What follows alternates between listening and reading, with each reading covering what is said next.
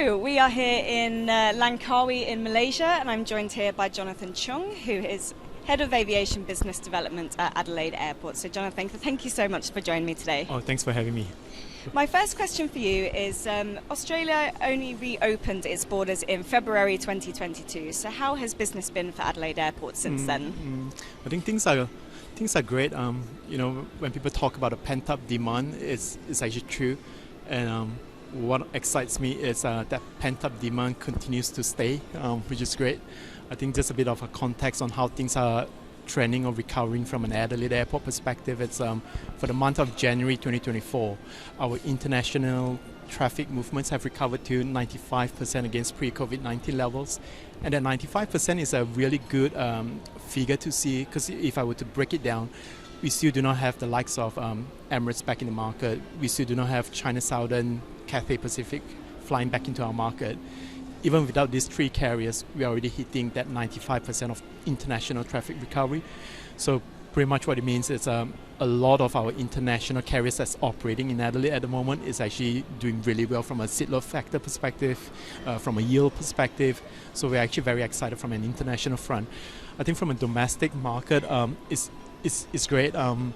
Domestic demand continues to stay strong. Just for the month of January, we hit 102% against pre-COVID-19 levels, so that's extra 2 percentage points against pre-COVID-19 levels for domestic travel. And we are sitting on that range for a couple of months already. And what excites me too, if I look into our regional traffic, it continues to stay very strong. It's like a 14 percentage points against pre-COVID-19 levels. So people are traveling, people are flying, and it's just so nice where airports, airlines get to do what we do best, which is connecting people and businesses. So we're actually very excited about what's going to come. We are so excited that 2 weeks ago, Emirates, they've announced that they're going to restart Adelaide from October. So from end of October, we'll have daily flights on Emirates. So it's great to see them coming back. So now what we're trying to do is to focus on the remaining two, China Southern and Cathay, so hopefully they'll come back to our market too. And of course you mentioned that your domestic market is doing really well, so have you been building in extra capacity to serve that demand? Oh yes, we did. So one thing that we did quite proactively when COVID struck was we came up with a strategy paper. That strategy paper is Flight Track to Growth. It's like Flight Track to Recovery. That focus, if I were to break it down to the key pillars of it, is about remapping what Adelaide's network should look like. And we learned very quickly, when borders reopen, domestic travel is going to come back quicker.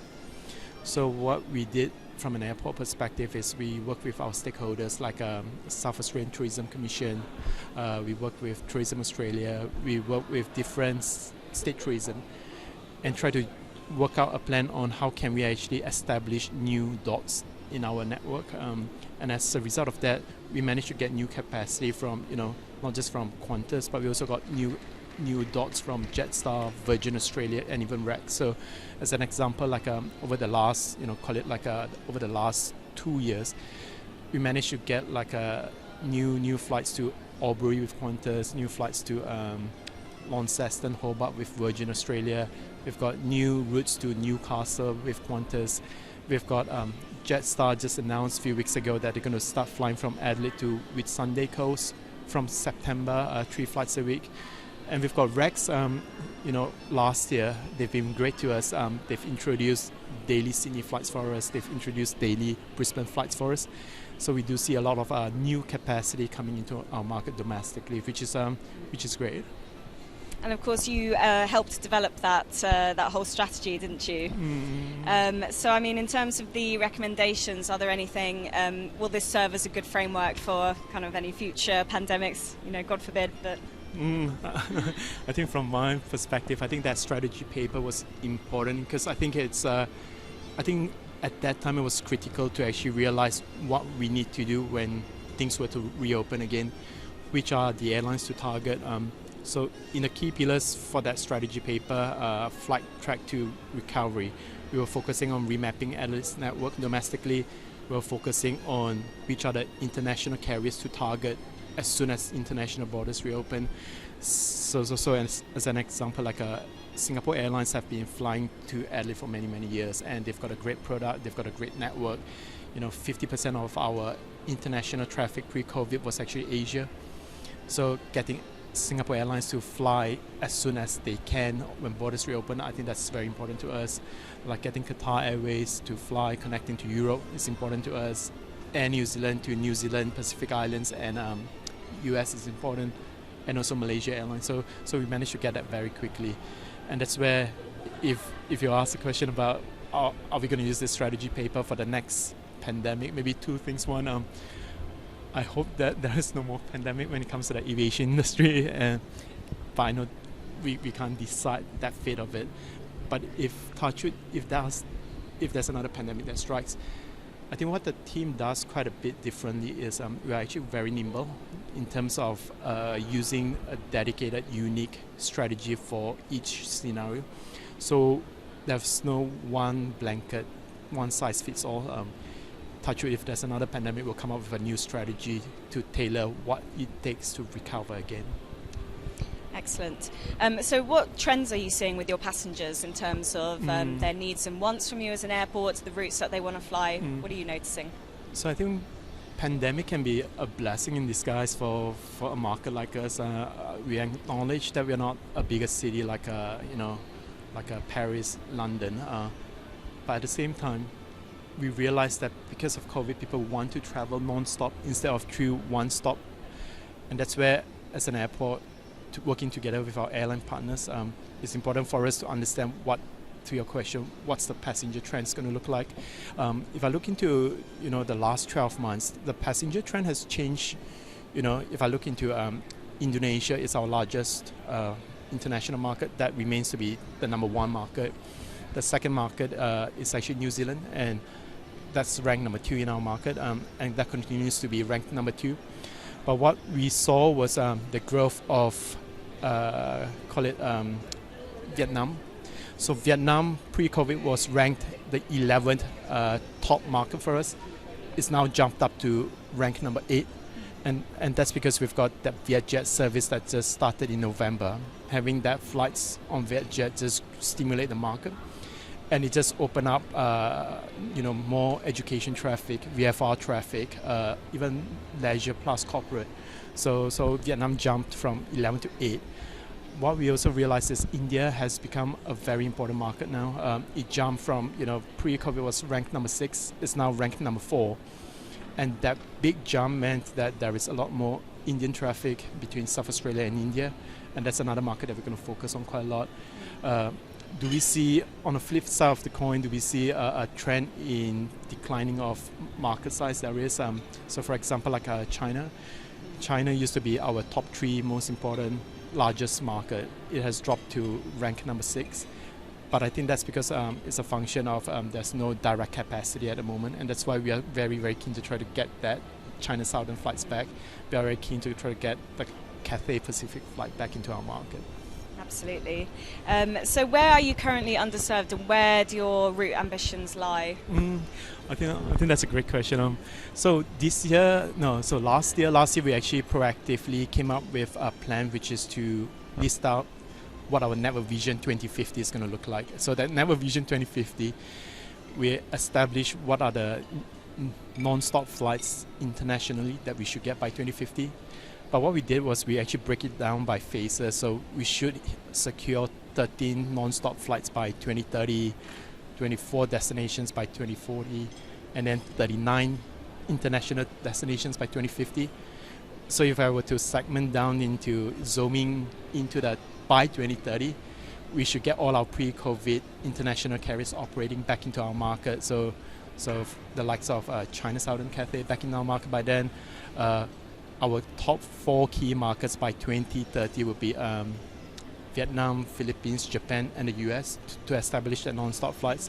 We're actually very thankful that we've got Vietjet flying to Adelaide at the moment, so we've ticked one of that 4 Brilliant. unserved markets. So we've just got Philippines, Japan, and US to work on, plus the pre-COVID carriers of Cathay and China Southern. So that's more of the nearer term that we're targeting and focusing. And there's a lot of growth in terms of things that's happening in South Australia, like the renewable energy sector, the defense sector. that would drive a lot of corporate traffic to the US. There's a lot of trade that's happening. We export a lot of seafood out to Japan. I think that's another growth market where, from our perspective, it's not just filling bumps on seats, it's also filling the belly space of the aircraft, so that it's a lot more sustainable when an airline operates. So I think Japan will benefit once we get that non-stop flight. Philippines, there's a big community of Filipinos in Adelaide. Now that we've got Vietjet, we are focusing on the next, Filipino market. Having that non-stop flight to Philippines will be very important to us. Fantastic. Would you be able to give us your elevator pitch, 30-second elevator pitch for airlines? Oh, yeah. So I actually do this on pretty much every Roots conference. So the 30-second elevator pitch, it's we are Wow Adelaide. We are Wow Adelaide because of W for Winery, Outback and Wildlife. We just want you guys to come to Adelaide so that you guys can be wowed by us. So wow is our keyword. I like that. I really like that.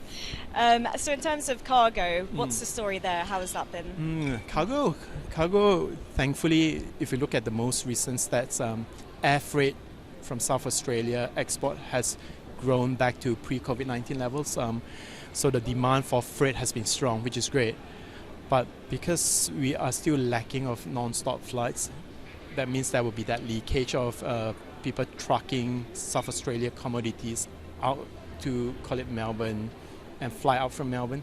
So what we saw, the trend is that leakage of cargo on air freight has gone from, pre-COVID was about 40% being trucked across to other states to fly out. It has grown to about 70% at the moment, and that's because we are still lacking that direct flights to, call it China, Hong Kong.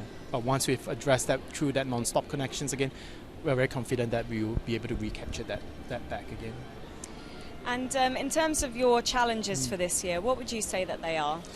I think the challenges that we face, will be very similar to airlines and airports. And I feel for the airlines, to be honest, I actually feel their pain. Like when airlines are sharing that they have challenges in their, constraints in their resource, whether if it's pilots or crew, when they share that MRO is a challenge, like they can't get the supply chain stuff to, for their engineering team to get the aircraft operating, or some airlines have engine issues which limits them to actually recover or grow.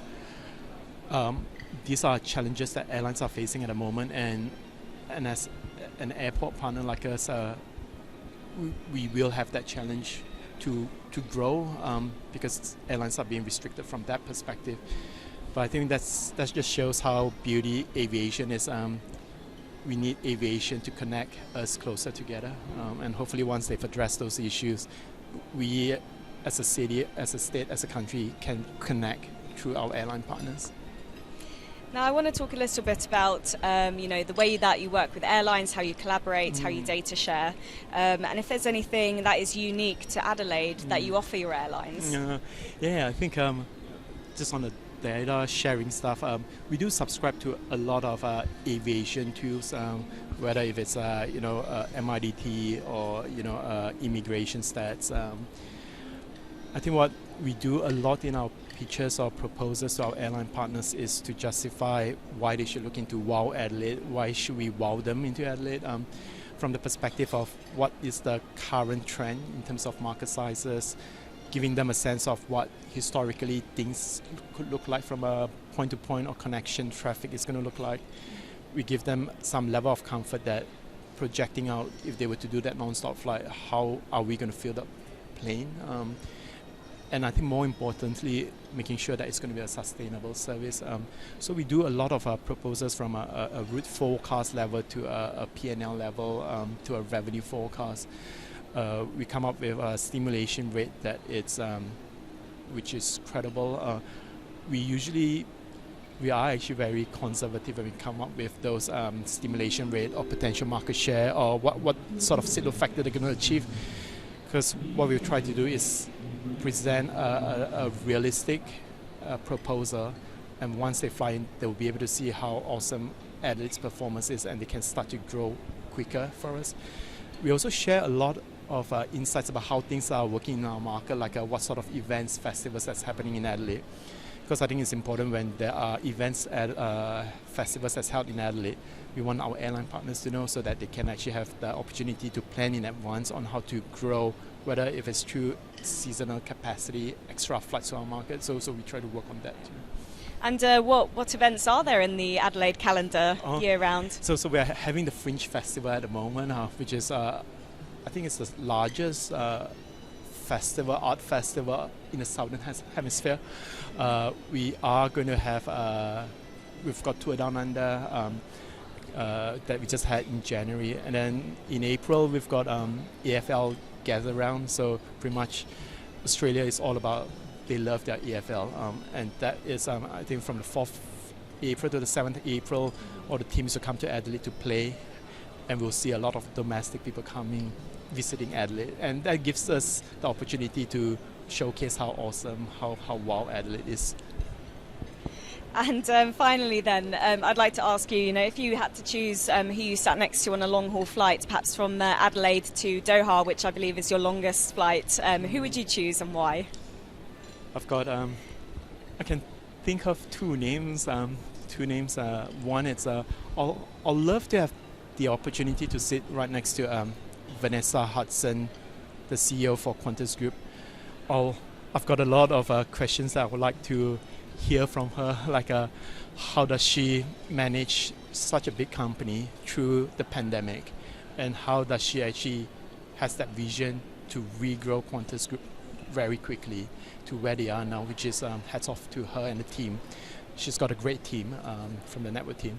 And the second person that I would love to sit on the plane with is actually Jane Hardlicka from Virgin Australia. I think she has a great personality in terms of being able to regrow the Virgin brand to where it is now.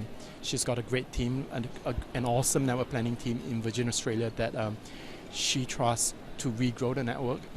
And these are the two very, very intelligent people that I would love to sort of even get a 5 minutes chat with them next to me. I think I'll be really, really happy.